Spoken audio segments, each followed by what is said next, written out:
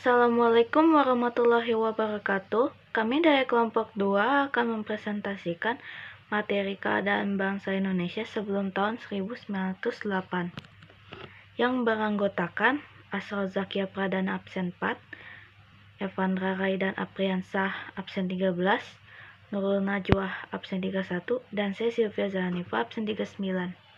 Keadaan bangsa Indonesia sebelum tahun 1908 dalam bidang ekonomi. Rusaknya ekonomi Eropa akibat peperangan dan perkembangannya teknologi pelayaran pada abad ke-15 menyebabkan negara-negara di Eropa melakukan ekspedisi untuk mencari sumber-sumber ekonomi baru di seluruh dunia. Ekspedisi ini banyak menemukan sumber ekonomi dan lahan baru untuk dilakukannya perdagangan. Ternyata kemudian bangsa Eropa tidak hanya melakukan perdagangan melainkan langsung menguasai dan menjajah negara-negara yang mereka anggap baru diketemukan. Maka dari itu, ekonomi Indonesia sebelum tahun 1908 cukup buruk dikarenakan tidak bisanya perwakilan pemerintah kerajaan Belanda dalam mengatur perekonomian.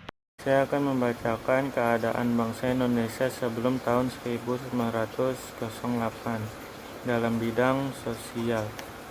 Kondisi bangsa Indonesia sebelum 1908 sangat memprihatinkan. Hidupnya sengsara karena penjajahan Belanda di Indonesia dimulai sejak didirikannya Verenigde Oost-Indische Compagnie atau disebut VOC.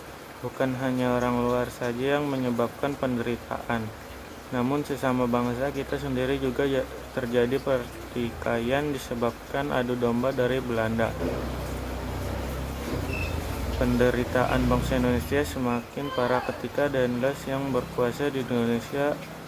Rakyat Indonesia dipaksa kerja rodi dan berlanjut diadakan tanam paksa. Bangsa Indonesia diperas oleh Belanda bukan hanya tenaganya saja, namun kekayaannya juga.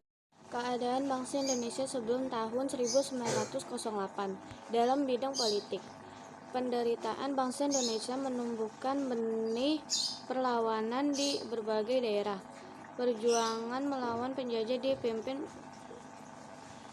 ulama atau kaum bangsawan. Sultan Hasanuddin di Sulawesi Selatan, Sultan Ageng Tirtayasa di Banten, Tuanku Imam Bonjol di Sumatera Barat, Pangeran Diponegoro di Jawa Tengah. Pemimpin perjuangan rakyat melawan penjajah.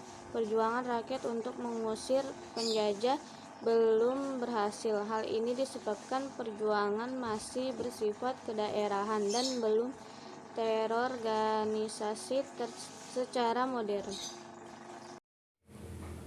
Keadaan bangsa Indonesia sebelum tahun 1908 dalam bidang pendidikan. Pembangunan sekolah di Nusantara menimbulkan dampak positif bagi bangsa Indonesia, yaitu munculnya masyarakat terdidik. Masyarakat terdidik ini mulai memiliki pemahaman dan kesadaran akan kondisi rakyat di Nusantara yang sebenarnya. Rakyat di Nusantara dalam kondisi bodoh, terbelakang dengan kemiskinan di mana-mana. Masyarakat yang mengenyam pendidikan dan sadar nasib rakyat di Nusantara selanjutnya menjadi tokoh-tokoh kebangkitan nasional.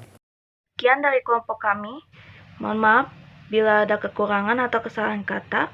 Wassalamualaikum warahmatullahi wabarakatuh.